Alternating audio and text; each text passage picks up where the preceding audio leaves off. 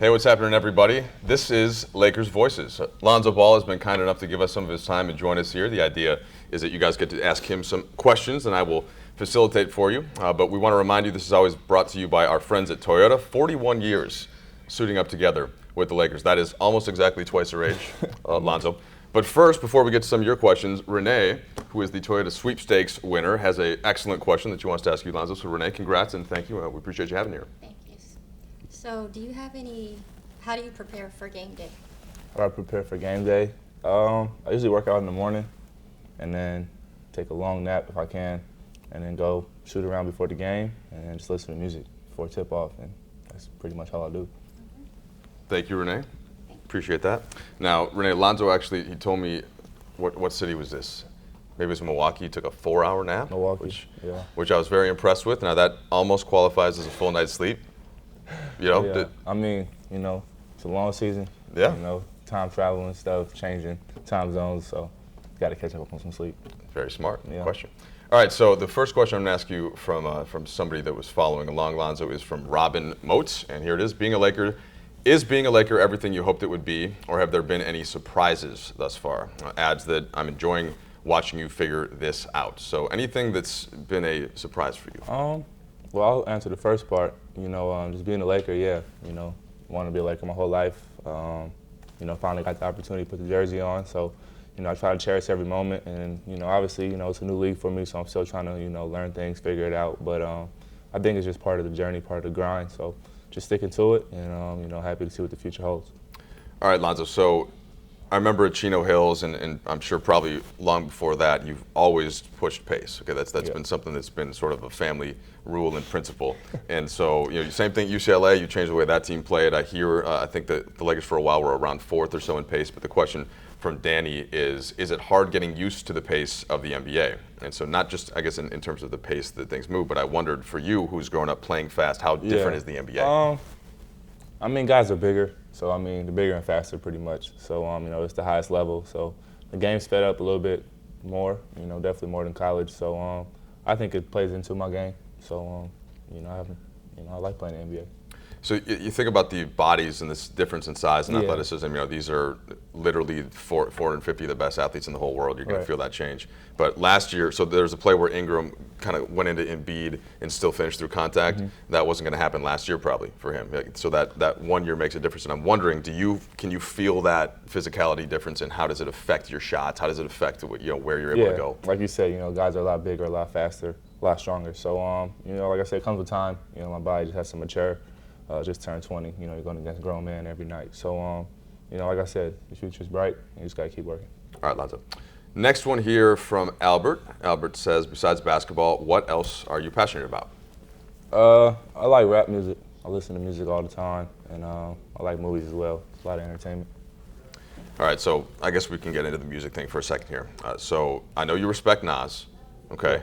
We had that whole thing on Twitter. Cleared it up. But you cleared it up. So would you like to clear it up again, just given the rap music, and give me a couple of your favorites that you listen to right now? Okay. Well, just going on Nas, obviously, he's one of the best from his era. I just feel like it's a new time. So, his music now is not as relevant as it was, back in the day. So that's why I said that, clear that up. And now it's like, Migos, Future, Young Thug, those guys. That's the new wave. That's what everybody's listening to. So that's what I listen to now too.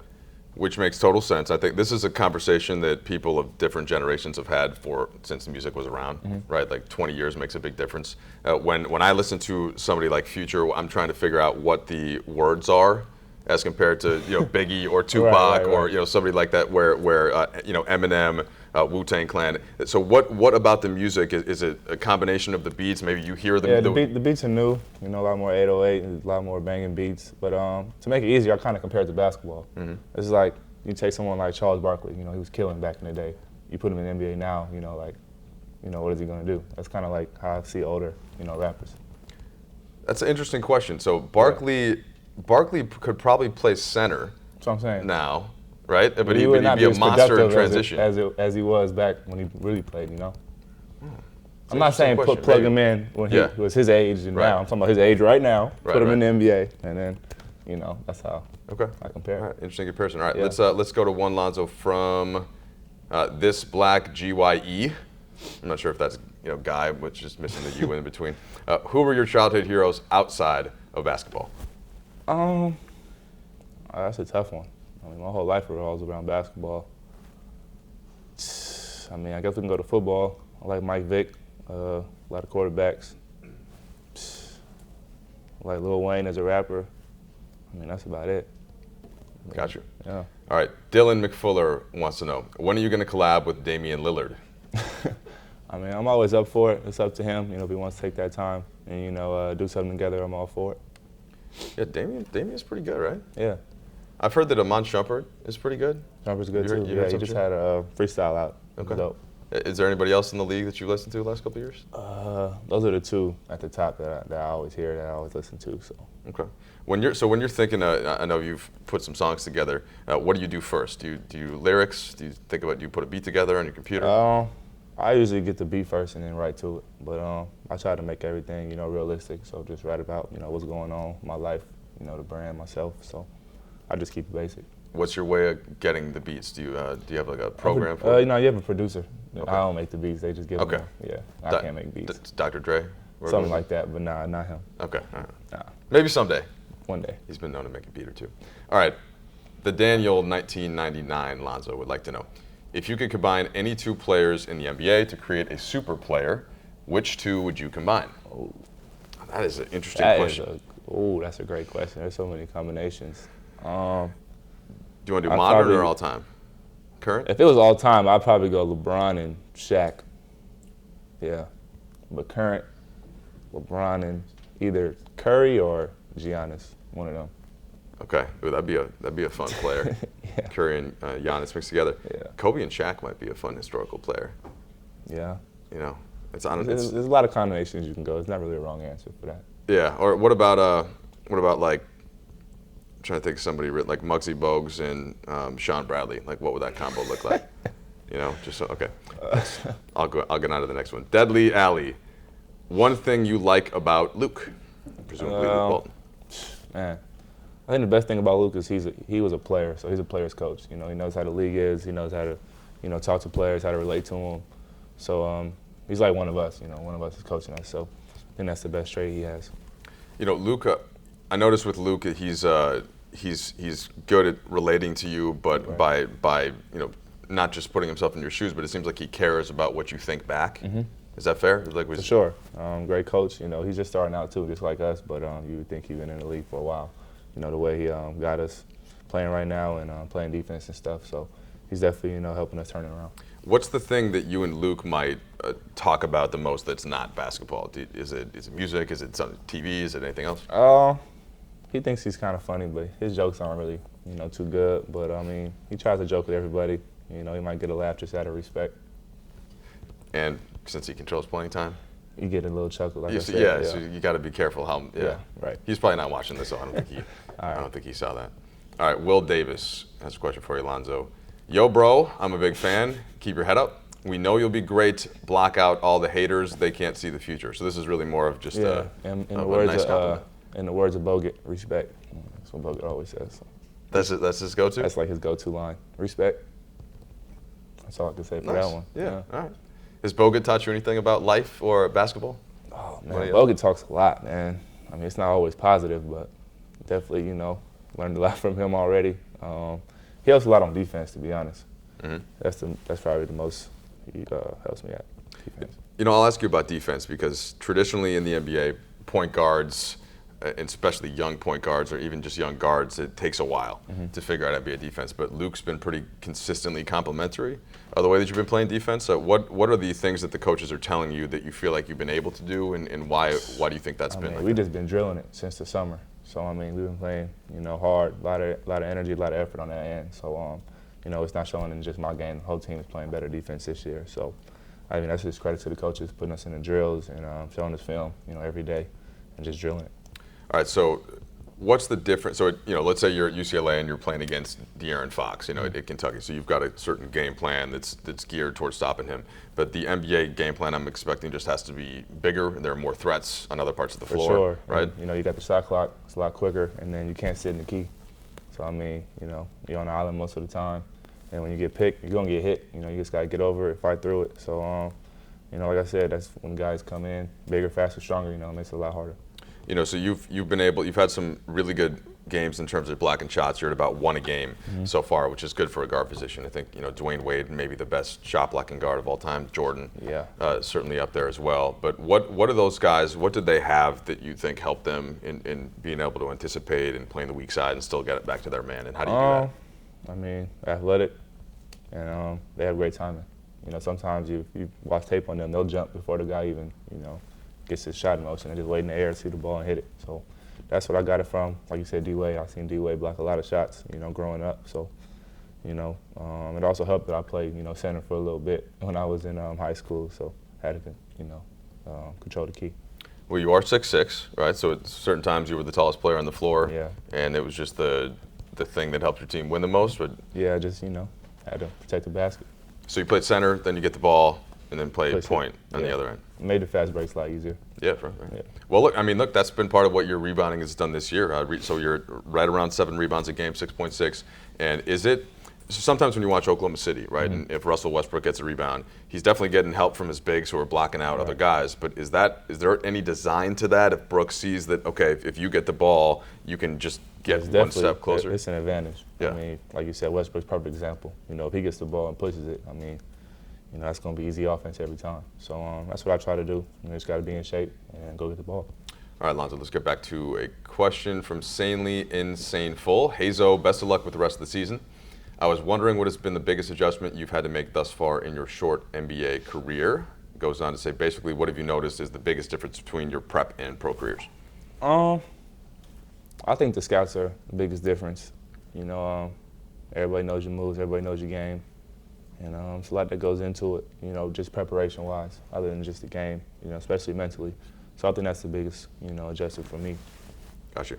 So there were a bunch of different questions about all kinds of different things. Some of the questions about your shot, which, you know, look, various coaches have said, stop worrying about it. He's going to be fine. He hit shots in college, hit shots in high school. You've had to answer a lot of questions about it. I know you get how all this works, right? Yeah. So you get if you don't shoot well, we're all going to ask you about it. But what would you say is have you learned about that? Because, you know, you hit shots in practice. Sometimes they go in a game, sometimes they don't. Right. Where are you at with that right now? Well, I've been a shooter my whole life. You know, I feel I have. So, like I said, you know, it's just confidence. Just got to keep shooting it. You know, they're going to start falling. You know, when you're watching you in Staples Center, you can almost feel, you know, all of the tension and the pressure and the focus on you and on even individual shots, it seems like. Are you able, or maybe that's just from the outside looking in, are you able to kind of clear that out when you're on the court, just think about the plays, think about the players, or is it? For the most part, I've been trying to. Yeah. You know, last game I think it got to me a little bit, but, you know, it's just a bad game. Shake it off. Back in there on Friday, you know, let them go again if they open. All right, how'd practice go today? Practice was pretty light, Really? a lot of film work today. You know, it's interesting in the NBA season, you don't often see a team 3 times in the course of a month, but you get Phoenix again tomorrow. Right. So you kind of, you know, you already know the scouting report for the most part. Does that help? Today was mostly, you know, looking at last night. You know, we had some slippage, you know, in defense and stuff. So, I mean, we're going to watch Phoenix tomorrow, but yeah, we already played them, you know, twice. So we pretty much know, you know, the game plan for that. Right. So of course you'll have shoot around tomorrow and focus more on Phoenix. Right. But I guess let me state the question this way: since you've seen them twice now, even that meeting has to feel a little different from a team like Philly that you hadn't seen yet, right? Right. So what? But be more specific about that. So when you're sitting in that film session and there's here's what Devin Booker likes to do, right? What's something you might hear the coaches say tomorrow's shoot around? Well, like you said, definitely Devin Booker. You know, it's 5 people guarding him, not just one. And then, you know, box out for the bigs. And they like to run like us. So, you know, it's going to be a fast-paced game, high scoring. So whoever gets the most stops is going to win. That's usually the game plan. Gotcha. It was interesting, too, because the first game against Phoenix was super up and down. The last game was a little bit more defensive-minded and a little bit more turnovers, but you guys were able to win both styles. Right. So I guess that's a good thing for you. All right, here we go. Chris Tiller would like to know, if you weren't playing basketball as your profession, what other sport would you play and why? Well, I love football, but my dad never let me play. And the only other sport I played was baseball. But if it was up to me, I mean, I would want to play football. Yeah.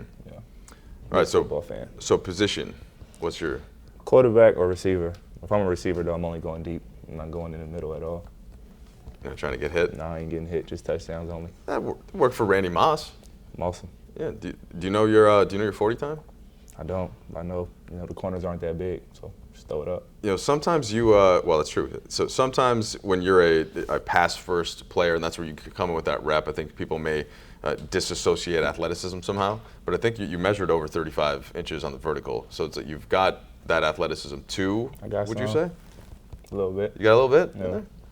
Okay. Oh, that reminds me. Kuzma almost got Embiid last night. He gonna get somebody. He keep trying. He gonna get one to go. He's right there. He gets closer every time. Who are the first? He tried it early in the season. It's got to be like his fifth time. At least he hit the rim this time, because usually he just throw it. Yeah, he getting closer. Was it in the Clipper? Was it in the first game he tried one? I know he tried one versus Denver. That's right. Okay, against Denver. He tried yesterday. Yeah. I think he tried one against Milwaukee. He goes to the basket hard. I respect the effort. Now at some point you will try to dunk on somebody too. Yes. Right. I told him I'm gonna get somebody before he does. So that's part of the Lonzo and Kuzma battle. battle. Another battle we have. Yeah. People did see our friends Ty and Josh shot some of the workout that you had, or the one-on-one that you had with Kuzma after practice. Yeah. You won that one. It's pretty easy. Okay, that was easy. Now, just take me through the general one-on-one battles with Kuzma. Well, to me, he's like a big man, so it's easy to stay in front of him. You just gotta make sure he don't run me over, and then offense, you can do whatever you want. What does that mean? I can shoot, go by him. It was just more getting my confidence up, Yeah, sure. Like practice dummy. Sure. And you guys do the half-court shots also? Yeah, it's like 10-1. He only won that one day. Really? Really. It's 10-1 overall? Something like that. Now I have seen there was a Lakers. I guess it was kind of a team family gathering here that they put on for you, and I saw you almost beeline straight to the court and start doing half-court shots with your brother. So So I'm guessing that's just something you guys have done for a long time. Done it for a very long time. Yeah. My brother shoots him in the game like that, regular shot. So yeah. So how's he doing right now? Everything good? Everything's good. The middle one's back home. Everything's getting worked out, and then the youngest one at home, getting homeschooled and working out. I just meant it with the basketball with your youngest brothers. How's the shot coming along? The half quarters or progressive? When I played him, he beat me. So Okay. All right. There we go. All right, Lonzo. Let's go to Manin Abbasi. Are you on any TV shows these days? And I think he means watching. Yeah. Like Dragon Ball Super Fire. I've never heard of that one, but definitely got into Power. But waiting for a new one to come out, and then just try to get into Game of Thrones. Finish the first season. It's pretty good. Okay, I had heard that you just started Game of Thrones, and I felt very happy for you. It was highly recommended. It's an excellent show. You're gonna enjoy. Have you been enjoying it so far? Yeah, like I said, first season was great. It's gonna keep getting better. Okay. I wish that I hadn't watched it now, so that I could go through the experience again of watching it. It's very good. Now, some people also read the books, but if you're watching the shows, I don't know if you need to. I don't like reading, so I hate reading. It's so boring to me. But it depends what you're reading, man. There are a lot of great books out there. People tell me that, like, these great books. Nah, ever since a kid, I just hated reading. Okay. Yeah. Kids, don't listen to that, though, okay? Reading. Stay in school, man. Stay in school, read your books, okay? Not everybody makes it to the NBA. Reading is good, though. All right, I heard it's good for the mind and stuff, yeah. Yeah, it's just you just have to get it's boring. Well, it depends. So for example, now you said you love rap music, right? Right. So Jay-Z wrote a book called Decoded, where he basically breaks down not every, but most songs that he's written. Mm-hmm. And I think you would find that interesting, not only somebody who probably likes Jay-Z, but is thinking about honing that craft as well. Would that be something you would I take? just put my headphones in, listen to his music, and just dissect it myself, to be honest. Hard-headed generation. I don't think I'm gonna get to this. All right, Lonzo. Here's the last question. This is about college basketball from B-Man. Okay. Who's your Final Four NCAA picks? My Final Four NCAA picks: UCLA, Kansas. Who else is nice? Duke. Duke is cold this year, and then Michigan State. So quick follow-up along those lines. Which guys did you kind of play with? And I know you didn't play in a lot of the AAU tournaments. Your dad kept you in a different league. But which of these guys do you think is going to pop? Like that you've seen play or that you played with just one player? Is there one guy you like? Man, I really don't know too many of the younger guys, but if you want, give me somebody in your draft class too. Somebody like I know Miles Bridges, looking forward to him having a big year. Grayson Allen got off to a great start. So those two guys are the guys I'm going to be looking at, yeah. Lonzo Ball, hey, thank you so much for the time. Appreciate it. We appreciate it, man. We know you got a busy day, and this just took away at least a half hour of nap time that you could have been Sorry, I'll napping make it at. So thanks to Toyota. Again, 41 years together with the Lakers, and we will see you guys next month with another guest.